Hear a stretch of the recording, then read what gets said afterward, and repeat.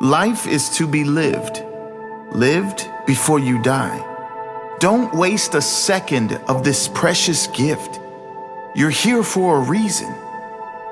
Never stop asking why. The best and most beautiful things in the world cannot be seen or even touched. They must be felt with the heart. Here are 7 things I need to tell you about life. Number 1, life is not meant to be so serious. Make time for fun, for joy, for play. Alan Watts once said, "This is the real secret of life, to be completely engaged with what you are doing in the here and now. And instead of calling it work, realize it is play." Don't trust anyone that tells you life has to be serious. Don't believe anyone that says there is no time for fun, joy, laughter in every or any day. When you are young, life is nothing but fun. The important lesson most of us adults still need to learn is that life is not meant to be so serious. We can easily forget that our lives do not last forever. This is why it is important to remind yourself one day, you, like all other humans, will die. When we remind ourselves of our certain death, when we remind ourselves of the fact that we do not know when it will all end, when we really take that in, the impermanence of it all, maybe then, we can start taking everything a little less seriously. Most people are struggling so hard to get the job, to get the extra money so they can impress people who they really don't like. And those people really don't care about them or about any of that anyway, because they're doing the same thing, searching for one achievement, that one amount of money that will make everything better. But money doesn't make us feel worthy. Only we can do that. Maybe we don't need to stress so much about our weight, our skin, our bank account, or what other people think of us. I challenge you to look at life not as a struggle or a strain or a destination that is somewhere else needing to be reached, but a journey, a challenge to see how much joy you can squeeze out of every day. Then, whether or not you get the big house or the fancy car, it won't matter, will it? Because no matter what happens, you will have what most don't. 3 things money can never buy: joy, peace, and passion for life. Create a life that feels good on the inside, not just one that looks good on the outside. It is during our darkest moments that we must focus to see the light. Number 2, circumstances will never define you unless you decide to let them. Let me tell you a little life fact. If you are blessed enough to reach adulthood, there is a 100% chance, yes, 100% chance that life will dish you up some things that you did not plan for, nor did you want in your life experience. These things are called character building moments, life lessons, challenges sent, maybe to give your life more meaning, maybe just something you need to deal with in your own time, in your own way. Wayne Dyer once said, "If you change the way you look at things, the things you look at change." When you change the way you look at these life challenges, sometimes you will find they are not problems or misfortunes, but redirections, sometimes blessings. Maya Angelou said, "You may not control all of the events that happen to you, but you can decide not to be reduced by them." Don't fight against life. When challenges come, as I guarantee they will, see if you can continue to give your best to the present moment in front of you. Be open to the fact that you do not know how anything will turn out, including this hard moment in front of you. Trust that it was for the best for you or for someone else. See if you can find meaning in any of it, even the hardest moments. Everyone thinks of changing the world, but no one thinks of changing himself. Number 3, if you don't learn to control your mind will control you. The Buddha said, the mind is everything. What you think, you become. And that is not an extreme statement. Humans are said to have over 60,000 thoughts a day. That is not the problem. The problem is most people are having these thoughts on autopilot, and many of them are not positive. Most people are programmed by society, by the news channels, by social media. They believe everything they read. They are reactive, and when a challenge appears in their life, they don't know how to handle it because they don't know how to think for themselves. Rather than responding calmly and sensibly to fix a small challenge, they react in anger and escalate the challenge into a monster problem. Learning to control your mind and to control your emotions is key to living a life in control. Not in control of circumstances, but in control of how you feel about them, which is more important than being in control of circumstances, because that is something you have no control over.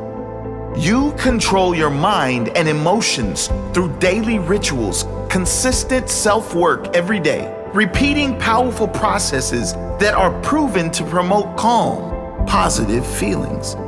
Meditation, daily gratitude, prayer, exercise, detoxing from all negativity, specifically news, negative influences, and social media.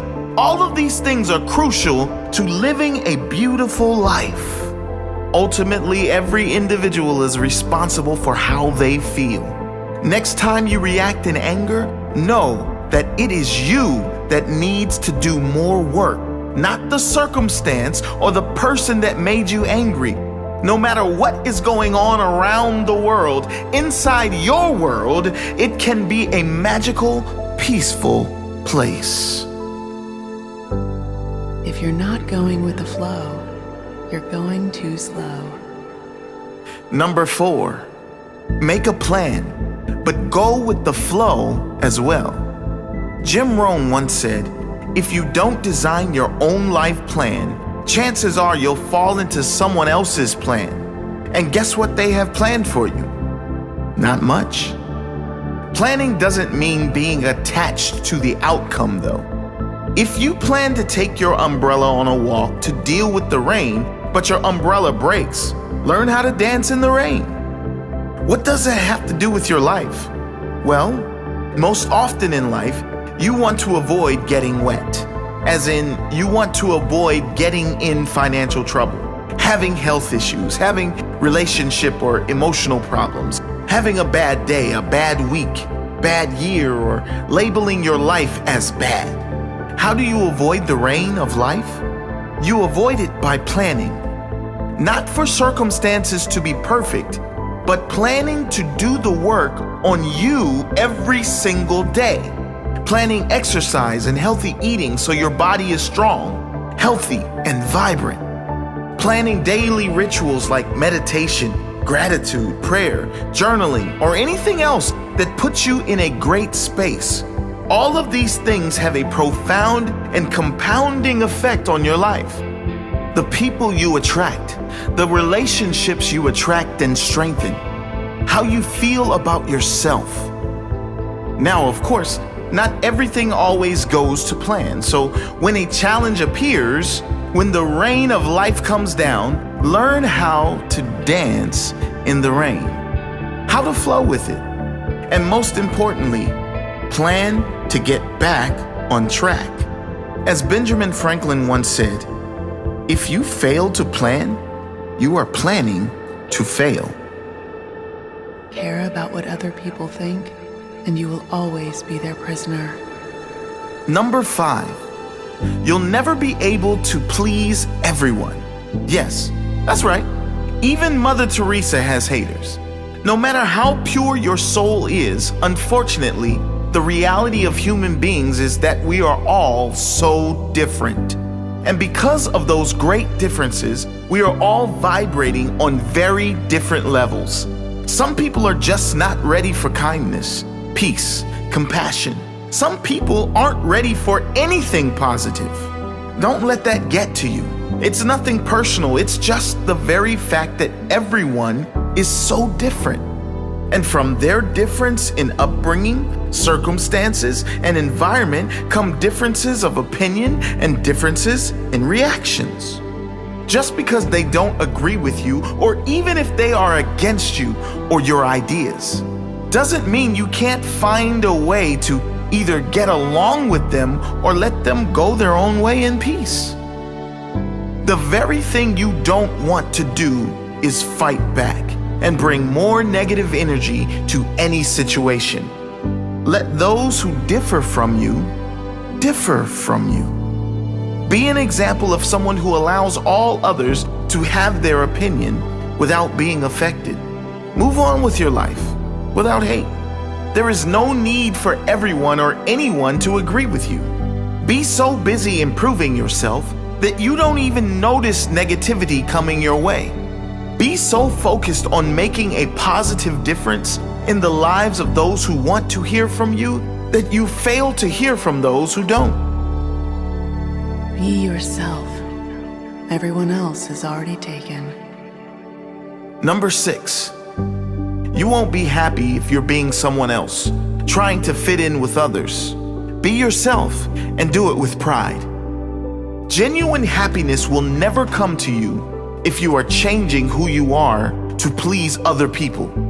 You cannot be genuinely happy if you are not genuinely you. Be comfortable being you around everyone and anyone. All the wrong people will leave you, and that's okay, because the right people will stay. The right people as in those who love the real you exactly as you are. As Dr. Seuss said, be who you are and say what you feel, because those who mind don't matter, and those who matter don't mind. How people treat you is their karma. How you react is yours. Number 7, those who are stuck in their own misery will try to drag you into their dark hole. Don't let anyone steal your joy. Wayne Dyer said, loving people live in a loving world. Hostile people live in a hostile world. Same world. The nature of some human beings is that they don't want to see you happy because they haven't yet achieved it for themselves. Many people live in a hostile universe and perhaps unknowingly, perhaps unintentionally, will try to drag you into this hostile universe so they are not alone in there. Never change who you are and drop down into this hostile world. If you remain true to you, committed to this loving universe you live in, committed to your own well-being, your own peace, joy, and magic you are living in every day, sooner or later, all those people will stop trying to drag you down and instead ask you to help them up to your world. Be the light for others to find their way. Be the example that changes not only your life, but others through your own positive life experience. Eleanor Roosevelt said, "No one can make you feel inferior without your consent." Don't allow the bitterness of others inside your heart. They don't want to be there either. They need someone to show them the way. So many people are hurting, and they hide that hurt with bitterness and judgment. Wherever you can, in any day, in any moment, be that light for someone else. Lighten their day with your genuine kindness. Even if they don't give it back, be a positive example for this world.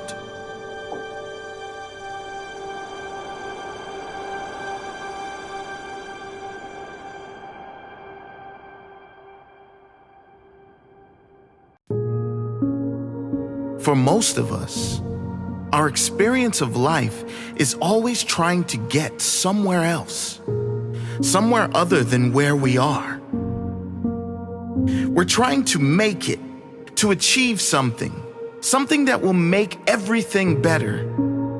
We're all trying to get that person, that house, that job, that award, that thing that will change everything. Very few of us are present. Very few of us enjoy the moment we are actually living in, because most of us are hoping for some better future moment. Somewhere else that is not here. Somewhere else that is better than this moment. But what if there is nowhere else? What if that somewhere else never comes? What if it does come and it doesn't change how we feel? What if we achieve everything we believe we want, yet still feel empty? What if that place we are all seeking is really only a feeling? What if we could stop seeking and start feeling how we want to feel without needing anything? What if that feeling of importance we seek is all an illusion, a construct of the world? Nothing more than our ego trying to compete with other egos. What if we've been playing this human game all wrong our entire lives? What if we would let it all go? Not the striving to be our best, not the wanting to be our healthiest or happiest self, but the ego's never-ending and ultimately impossible search for significance. What if we could be kinder to ourselves? What if we didn't need validation from others, validation from achievements or status or winning? What if we didn't need anything outside ourselves to be happy? What if we didn't need anything outside ourselves to be at peace? To enjoy life now? What if we could focus on what matters, how we feel? The only thing that matters. What if that was all just one decision away? Maybe we should all take a moment to think about it.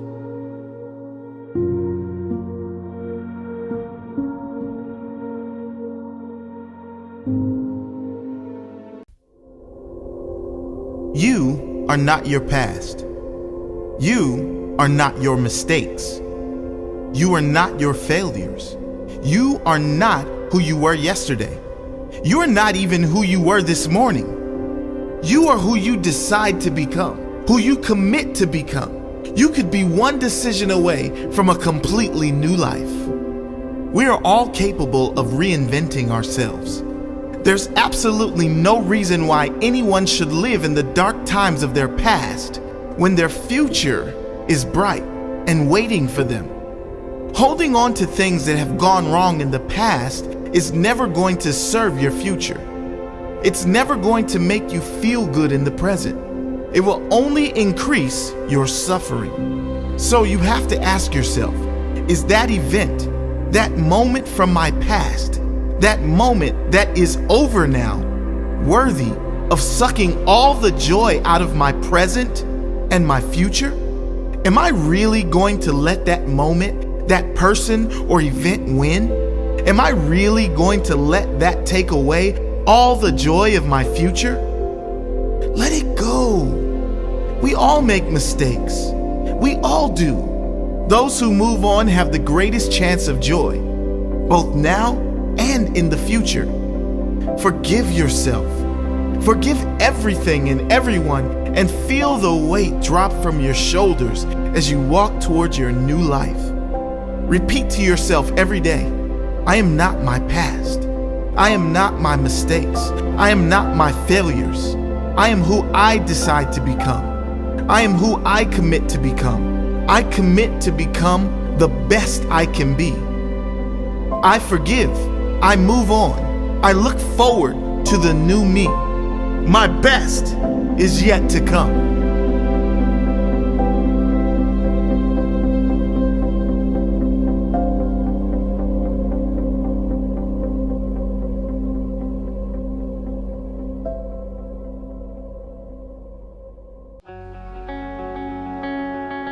Michael Landon once said, "Somebody should tell us right at the start of our lives that we are dying.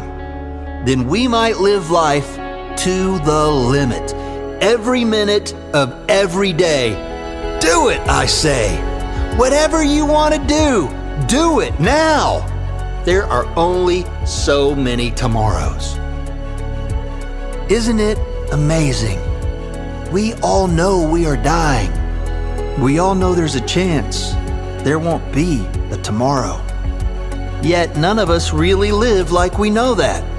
Too few of us really appreciate each moment like we know that we're here for a short time only.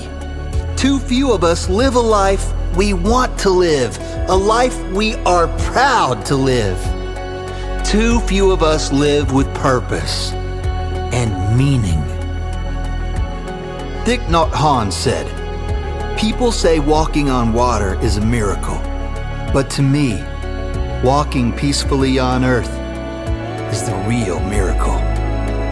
Too many of us are walking around this earth frantic, stress-filled, and meaningless. We should open our eyes and realize we're not here for long, and we are all one.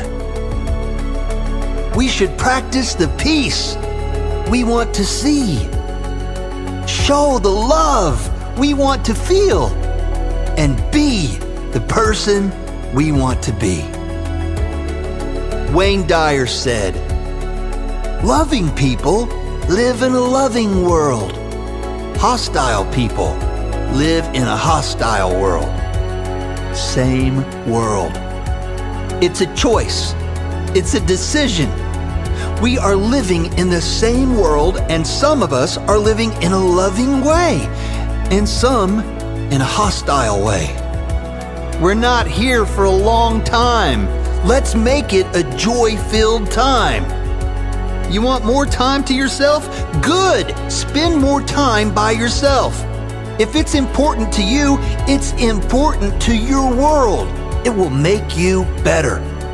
And that will make those around you better too. We should remind ourselves that we are all dying. Never should we carry the burden of hate, of regret, or disappointment. We only have this moment, and this is the only moment we can decide to free ourselves from the past and live fully. Now is the only moment. Reminding yourself that this is a temporary experience frees you from the weight of pressure. Here's a daily affirmation you can try to bring more positivity to your life. Today I will search for blessings. Today I will search for things I can be grateful for. I know I have a lot to be thankful for. I know my life is full of blessings, full of meaning, and full of purpose. I am thankful for my life. I know I will be on this earth for a short time. I know I can never know just how short that short time will be. But I do promise to live my best life while I'm here. I know my physical body is dying, but I am living. I am loving my life. I am feeling every blessing. I am noticing every miracle. I'm taking time to know what's important to me. I'm taking time to understand and live my purpose here on earth. My life is full of meaning. I live in a loving universe, a peaceful world. I will walk peacefully on this earth with optimism, with positivity and joy in my heart. I will be the person I want to be, no matter how short this life may be. I will not stress over things I cannot control. I will look for the good. I know it's always there. I will look for the smiles. I will feel the blessings. I will live today.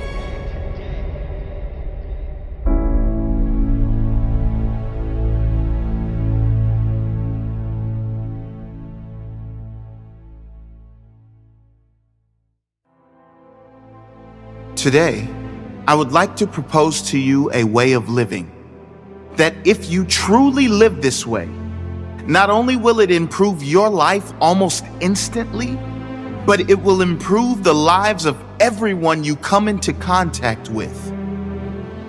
It's not the magic pill, but it will bring a feeling of magic into your life if you live by it. It's not a winning lottery ticket, but if you live by these principles, you won't need a winning lottery ticket or any amount of money, because how you feel will be the reward. And no amount of money can buy a beautiful existence. No amount of money can buy a feeling of contentment. No amount of money can buy peace or joy. What is this way of living? It's called non-jar. N-O-N-J-A-R. Living in a state of complete non-judgment, non-attachment, and non-resistance to whatever shows up in your life. Let's dive deeper into these principles. If you give me your attention for the next few minutes, I promise it will be a game changer for you. Non-judgment. How often do we, human beings, judge every situation and circumstance that comes into our lives as good or bad? How often have we all judged situations and circumstances we perceived as bad at the time, but really they led to something that ultimately changed our lives for the better? Maybe it was a breakup that was devastating at the time, but when looking back seems like the biggest blessing. Maybe it was a job loss or a difficult time financially that we labeled and judged as bad at the time. But if it did not happen, we would not be in the great position we are in now or doing what we now love. Think of an example in your life where you have judged a situation or circumstance negatively, but it turned out to be a blessing in some way. Think of a time when you've judged a person in some way and looking back, you were wrong to do so. The truth is, we do not know anything. We can judge and label situations all we like, but we do not know anything. We can't possibly know the greater lesson or future blessing any situation has for our life in the moment it happens. When we step back, especially in difficult situations, and observe rather than judge, we can respond better with more love for others, with more love for the situation, and most importantly, with more love for ourselves. When we respond in presence rather than in judgment, we can respond better, and the flow-on effect will mean a better life, a life with more ease and joy. Non-attachment. It has been said that attachment is the source of all suffering. Every human being is guilty of this at some point, but perhaps more so the ambitious ones or the achievers among us.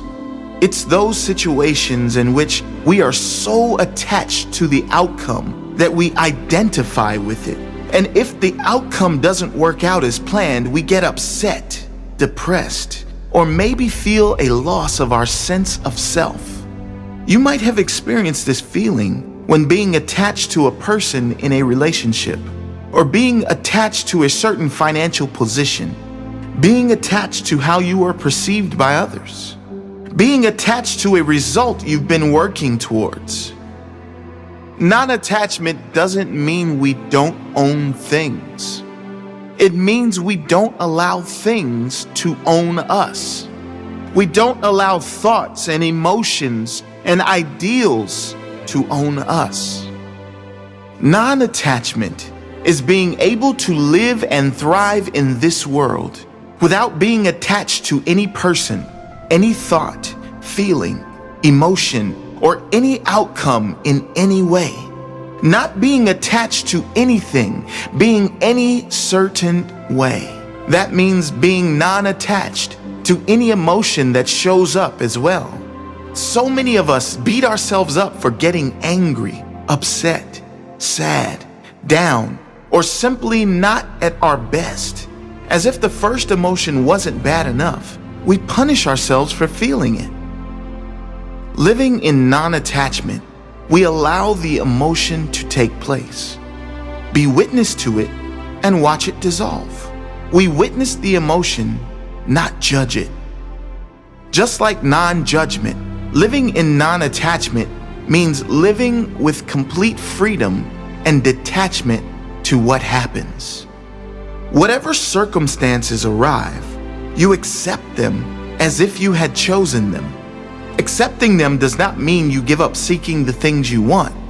It means whatever happens, you accept, while you continue to work toward the things you really want with presence and clarity.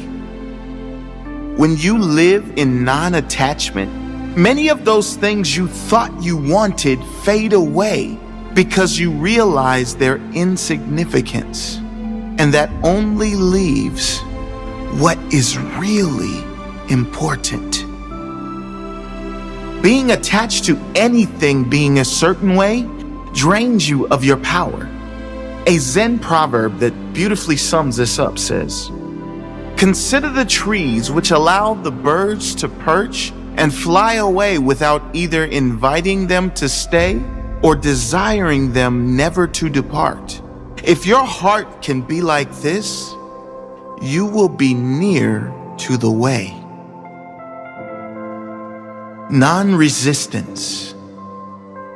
Eckhart Tolle says non-resistance doesn't mean doing nothing. All it means is that doing becomes non-reactive. He says, remember the deep wisdom underlying the practice of Eastern martial arts. Don't resist the opponent's force. Yield to overcome. Much like non-judgment and non-attachment, living in a state of non-resistance means you do not resist what happens. You no longer fight what is. What could be more draining of life energy than fighting what is? There is nothing. It is why what you resist persists. Fighting against creates more energy for the thing you are fighting against. Letting go, accepting, and importantly, stepping back and being aware of what is actually happening gives you power. Reacting not in anger or resistance, with focus and presence, gives you power to change any situation. When we truly live by these principles, our life and our world around us instantly becomes clearer, with a greater sense of peace and understanding. Everything becomes lighter and our reactions become clearer. It affects not only our life and our immediate surroundings, but the entire planet. Because what could be more powerful than one person living in a beautiful state? That person's effect on others and the consequent compound effect those people will have on more people. It is profound. What a world we can live in if we dedicate our lives in this way. I pray you all give it a try, in full presence, with pure intentions. Many blessings.